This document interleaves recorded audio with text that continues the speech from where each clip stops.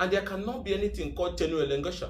Local government chairmen that their tenure have democratically expired after 3 years in office now said former lawmakers went into a bedroom and came out and said we have extended by a resolution by sacked lawmakers that they cannot stay in office. Imagine if we wake up in Nigeria today, the president stays extra 10 years or 20 years in office by resolution of the House of National Assembly. Or a governor continue to hold on in office and say, I remain governor after 20 years because there's a resolution of a state House of Assembly. How can a local government chairman that his tenure have expired be struggling to go and take over government at the expiration of his tenure? Because he said that the House of Assembly has passed a resolution that says he can stay in office till the second coming of Jesus Christ. Now, this act of these state lawmakers, these former lawmakers, is an act of treason. And the failed attempt to take over the government of Rivers State by these former local government chairmen is also an act of treason. It's on this note that we are calling on President Muhammadu Buhari to call those working for him and those in his party, because they went to his party, and that's when this crisis started.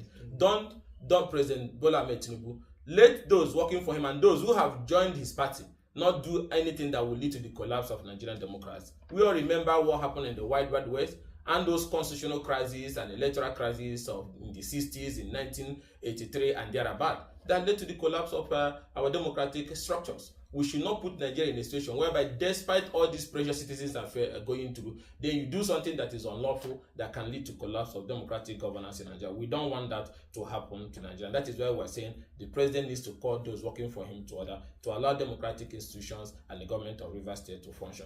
And in ending, it's important we draw your attention to the decision of the Court of Appeal. The Court of Appeal, in his decision a few days ago, made it very clear. And let me quote what Justice Hama Akawubaka said. I have equally studied prayer 6, 8, and 11 prayed by the applicant. A critical study of the prayers deals with the substance of the issue on appeal, and dealing or granting the same will be tantamount to determining the issues on appeal at this interlocutory stage, which this court will decline to do. The conclusion is that the application succeeds in part.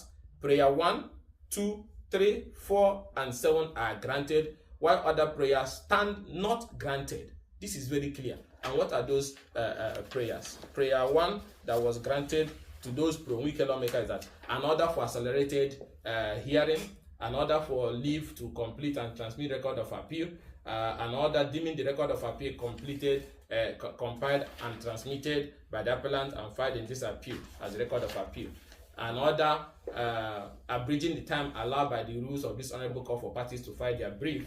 And then number 7, an order staying further proceedings, not stay of execution. That's what was granted. And what was rejected? The Court of Appeal rejected granting them an order staying in execution of the expected orders of interim injunction, which restrained these same lawmakers from parading as members of the Rivers State House of Assembly. The Court of Appeal also rejected to grant them an order of injunction restraining Okejumbo and the Rivers State House of Assembly from implementing and enforcing the decisions of that court, including the governor. The Court of Appeal also rejected an injunction they were seeking to stop the leadership of the Rivers State House of Assembly from parading themselves.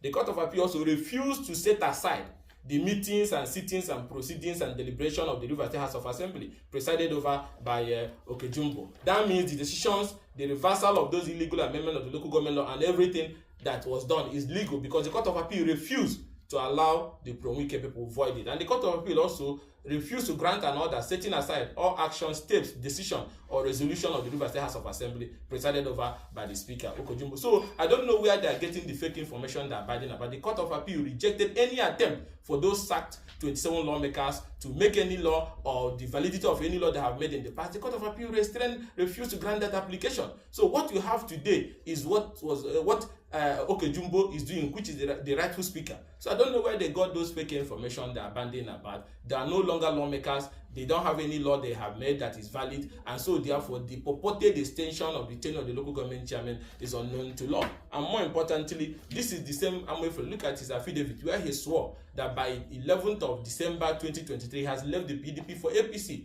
and suddenly they are running back again to say they are back in PDP because they are desperately looking for an opportunity to acquire any legitimacy with which they will cause this confusion they are doing in Rivers. And Nigerians need to know that early this month, what happened? They went and brought some magistrates, which I don't know whether they are Rivers magistrate. And people need to understand why what happened this morning happened in Rivers. They went and brought magistrates. I don't know where they got them from, packed them in buses, and they were waiting to move into the local government headquarters this morning to conduct a swearing-in exercise that will now swear in people that their tenure have expired as local government chairman that can now remain in office without a tenure. Look at the level of madness people wanted to perpetrate in Rivers this morning. So I don't know how the people of Rivers heard about it and stormed those local government headquarters and took control of those local government headquarters so that the head of administration can